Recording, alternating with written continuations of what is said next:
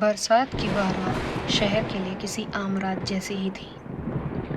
सड़कें भीगी हुई थीं, बिजली बीच बीच में चमक रही थी और पुराने शेफपुर इलाके की गलियां सन्नाटे से भरी हुई थी। लेकिन उस रात हवेली नंबर 17 में एक ऐसा खून हुआ जिसने पूरे शहर की नींद छीन ली थी। हवेली के मालिक रघुवीर प्रताप सिंह शहर के सबसे प्रभावशाली व्यापारियों में से गिने जाते थे। पैसा, ताकत और दुश्मनों तीनों की उनके पास कोई कमी नहीं थी। सुबह ठीक 5 बजे उनकी नौकरानी मीरा ने पुलिस को फोन किया। साहब साहब मर गए। जब इंस्पेक्टर आर्यन मल्होत्रा हवेली पहुंचे तब तक बारिश धीमी हो चुकी थी। कमरे का दरवाजा अंदर से ही बंद था, खिड़कियां जुड़ी हुई थीं और कमरे के बीचों बीच महंगी कुर्सी पर रघुवीर प्रताप की लाश पड़ी थी। उनकी आंखें पूरी तरह खुली थीं, जिसे मरने से पहले उन्होंने कुछ ऐसा देखा हो जिस पर यकीन करना मुश्किल था। कमरे में संघर्ष के कोई निशान नहीं थे, सिर्फ एक अजीब चीज थी। दीवार पर खून से लिखा था, तीसरा पाप। आर्यन ने पूरे कमरे का निरीक्षण किया। टेबल पर आधा भरा हुआ विस्की का ग्लास था। पास में एक पुराने पॉकेट वॉच बंद पड़ी थी, जिसकी सुइयां ठीक 2:17 पर रुकी थी। मौत का समय? आर्यन ने पूछा। करीब 2 बजे रात के। आर्यन की नजर घड़ी पर टिक गई, जिस पे 2:17 था। कुछ मेल नहीं खा रहा था। हवेली में उस रात कुल 5 लोग मौजूद थे। रघुवीर की दूसरी पत्नी संजना, उनका छोटा भाई विक्रम, पुराना नौकर दीनानाथ, नौकरानी मीरा और परिवार का वकील कबीर मेहरा। पहली पूछताछ में सभी ने एक जैसी बात कही, हम तो अपने ही कमरे में थे। लेकिन आर्यन को सबसे ज्यादा बेचैनी संजना की आंखों से हो रही थी। वह डरी हुई नहीं थी, वह किसी चीज के खत्म हो जाने की राहत महसूस कर रही थी। अगले दिन पोस्टमार्टम रिपोर्ट आई। रघुवीर की मौत गोली से नहीं, जहर से हुई थी। लेकिन असली झटका तब लगा जब रिपोर्ट में लिखा था, जहर मौत के लगभग 1 घंटे बाद शरीर में डाला गया है। आर्यन एकदम कंफ्यूज्ड हो गया। मतलब जहर जब दिया गया तब आदमी पहले से ही मरा था। फॉरेंसिक अधिकारी ने सिर हिलाया और बोला, एग्जैक्टली। अब मामला और उलझ चुका था। अगर मौत पहले ही हो चुकी थी तो फिर असली हत्या कैसे हुई? रात को आर्यन अकेले हवेली पहुंच गया। उसे लगा जवाब इसी घर में कहीं छिपा है। वह सीधे रघुवीर के कमरे में गया। कमरे की दीवारें को और गौर से देखने लगा। उसमें कुछ पुराने तस्वीरें लगी थी। एक तस्वीर पर उसकी नजर अटक गई। तस्वीर में रघुवीर के साथ 2 और आदमी थे। पीछे तारीख लिखी थी 12 जुलाई 1989। तीनों के चेहरे पर एक अजीब सी मुस्कान थी। आर्यन ने तस्वीर उतारी। पीछे पेन से लिखा था, पहला पाप। उसका दिमाग ये देख के एकदम ही हैरान हो गया। पहला पाप, तीसरा पाप, तो दूसरा कहाँ था? अचानक पीछे से आवाज आई, आपको यहां नहीं आना चाहिए था इंस्पेक्टर। आर्यन पलटा। संजना दरवाजे पर खड़ी थी। आप कुछ छिपा रही हैं, आर्यन बोला। संजना कुछ पल चुप रही और फिर बोली, रघुवीर जैसा दिखता था वैसा था नहीं। मतलब? उसने 3 लोगों की जिंदगी बर्बाद की थी। उनमें से एक मेरे पिता भी थे। आर्यन ध्यान से सुनने लगा। संजना ने बताया कि 1989 में रघुवीर और उसके 2 दोस्तों ने मिलकर एक फर्जी जमीन घोटाला किया था।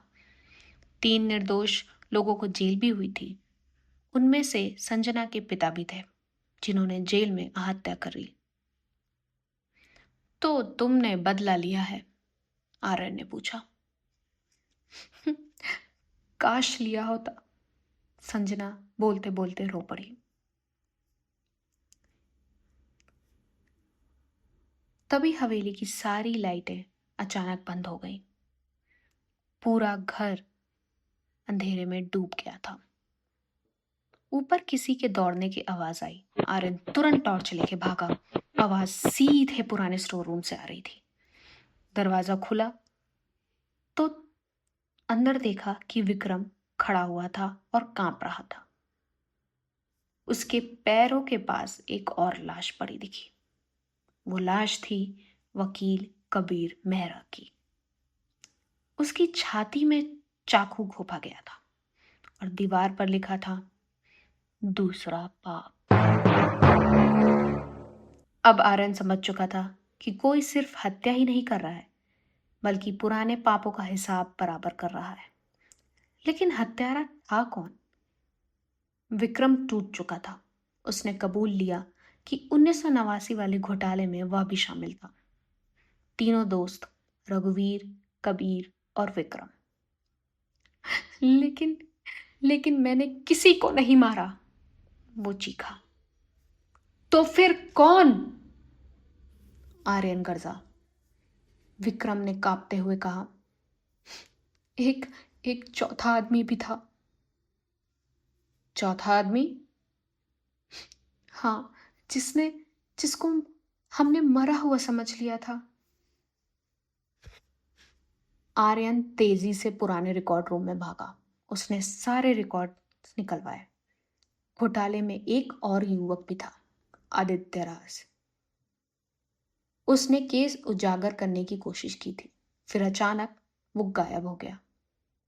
सरकारी रिकॉर्ड में उसे मृत घोषित कर दिया गया था। उसी रात आर्यन को एक फोन आया और उस फोन में आवाज आई, तीसरा पाप पूरा नहीं हुआ इंस्पेक्टर। कौन हो तुम? सच। और इतना बोलते ही फोन कट गया। लोकेशन ट्रेस करवाई गई तो पता चला वो हवेली के पीछे पुरानी चर्च की है। आर्यन तुरंत वहां पहुंचा। चर्च के अंदर मोमबत्तियां जल रही थी। बीच में विक्रम कुर्सी पर बंधा हुआ पाया गया और उसके सामने खड़ा था दीनानाथ, पुराना नौकर। लेकिन उसकी आंखें अब बूढ़े नौकर जैसी नहीं थी। वह मुस्कुराया और बोला, मेरा असल नाम आदित्य राज है। आर्यन स्तब्ध रह गया। आदित्य ने धीरे धीरे सच बताया। 1989 में घोटाले का विरोध करने पर तीनों ने मुझे मारने की कोशिश करी थी। मुझे जिंदा दफना दिया गया था लेकिन मैं बच गया। सालों तक उसे अपनी पहचान छुपाकर उसी हवेली में नौकर बनकर काम किया, सिर्फ इंतजार करने के लिए। न्याय अदालत नहीं देता, मैंने खुद लिया है न्याय। विक्रम रोने लगा। प्लीज प्लीज मुझे छोड़ दो। आदित्य ने चाकू उठाया, लेकिन तभी गोली चली और आर्यन ने फायर किया। चाकू आदित्य के हाथ से तुरंत गिर गया। फिर कुछ सेकंड तक चर्च में सिर्फ बारिश की आवाज गूंज रही थी। आदित्य घुटनों पर बैठ गया। आप नहीं समझेंगे इंस्पेक्टर,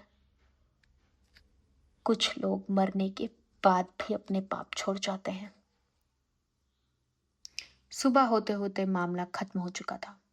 तीनों पापों का हिसाब पूरा हो गया था। लेकिन जाते जाते आर्यन को एक बात हमेशा परेशान कर रही थी कि रघुवीर के कमरे का दरवाजा अगर अंदर से बंद था तो ये हुआ कैसे?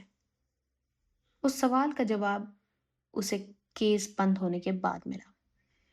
पुरानी पॉकेट वॉच के अंदर एक पतली धातु की चाबी छिपी थी, एक ऐसी चाबी जो बाहर से दरवाजा लॉक कर सकती थी। और उसी घड़ी की सुइयां 2:17 पर इसलिए रुकी थी क्योंकि आदित्य चाहता था कि कोई उस राज तक पहुंचे, धीरे धीरे, ठीक वैसे ही जैसे मौत उसके शिकारों तक पहुंची थी।